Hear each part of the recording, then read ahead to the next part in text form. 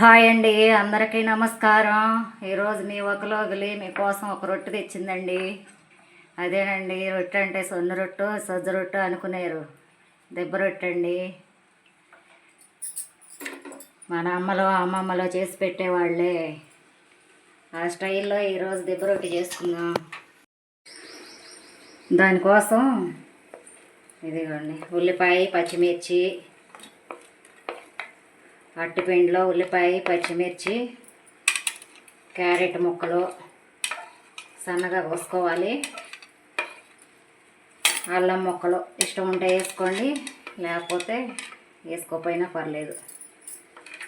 ఇదిగోండి కొంచెం అంత కొత్తిమీర,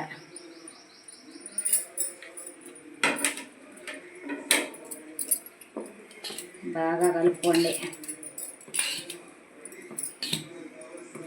తర్వాత ఇదిగోండి, ఇది 5 కప్పులు పిండి ఉంటుంది, అట్టుపిండేనండి ఇది. తర్వాత ఇదిగోండి ఉప్మా రవ్వ, 1 కప్పు ఉప్మా రవ్వ వేసుకోవాలి. ఈ రెండు కలిపి మిక్స్ చేసి పక్కన పెట్టుకుందాం. ఒక 10 నిమిషాలు నానాలి. ఈలోపు చట్నీకి ప్రిపేర్ చేసుకుందాం. టమాటా చట్నీ అయితే బాగుంటుందండి దీంట్లోకి. బాండీలో టమాటా ముక్కలు వేసి స్టవ్ వెలిగించి 5-6 పచ్చిమిర్చి, ఎంత అల్లము, చింతపండు, చిన్న ఉల్లిపాయలు,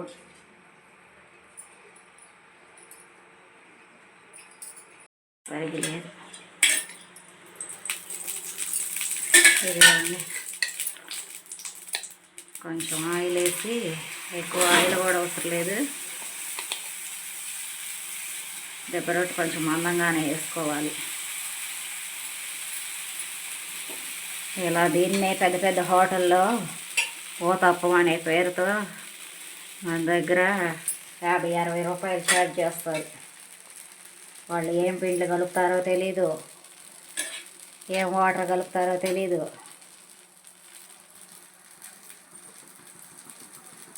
అందుకే ఈ వేసవకాలం ఇట్లాంటివి వేసుకు తింటే కడుపులో దిండిగా ఉంటుంది.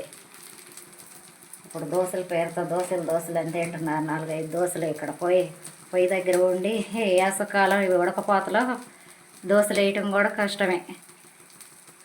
ఇది అనుకోండి 1-2తో సరిపోద్ది, కడుపులో దిండిగా ఉంటుంది. ఇప్పుడు బన్ దోశలని వస్తున్నాయి కదా, వాటిల్లో ఏముందండి, వట్టి బియ్యం రవ్వతోనేగా వేసేది.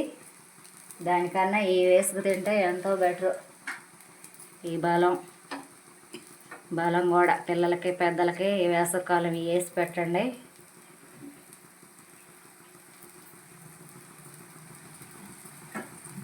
బాగుంటుంది, ఆరోగ్యం కూడా. ఇవి వెనక మన అమ్మమ్మలో రోట్లో రుబ్బేసేవాళ్ళు కదా. ఇవి కొంచెం బియ్యం పోసి మినపప్పు రోట్లో వేసి రుబ్బి పెట్టేవాళ్ళు. కొంచెం అల్లం ముక్కలు, పచ్చిమిరపకాయ ముక్కలు వేసి పెట్టేవాళ్ళు. ఈలోపు చట్నీ రెడీ చేసుకుందాం.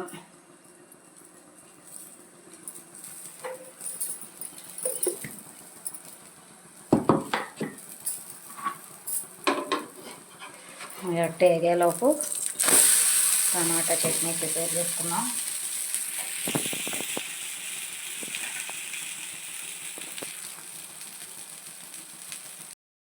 ఇదిగోండి వేడిగా దెబ్బ రొట్టె రెడీ. ఇలా వేసి ఇచ్చేయండి, పిల్లలు పెద్దలు చాలా ఇష్టంగా తింటారు. అట్టేముందండి, అట్టు తింటే ఊరకే నీరసం వస్తుంది. ఎండకి ఊరకే కూర్చున్నా, ఫ్యాన్ కింద కూర్చున్నా అలసిపోతాం కదా. వేసవకాలం ఇలాంటి బలమైన తినాలి.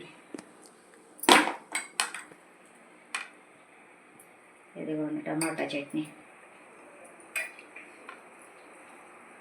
చట్నీ తిన్నా బాగుంటుంది. ఆవకాయ కారంతో అయినా తినొచ్చు.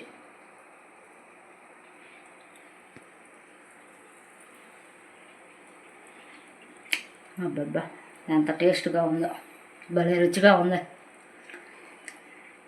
తప్పకుండా చేసుకొని తినండి. ఇవి మంచిది, ఆరోగ్యానికి మంచిది వేసవకాలం.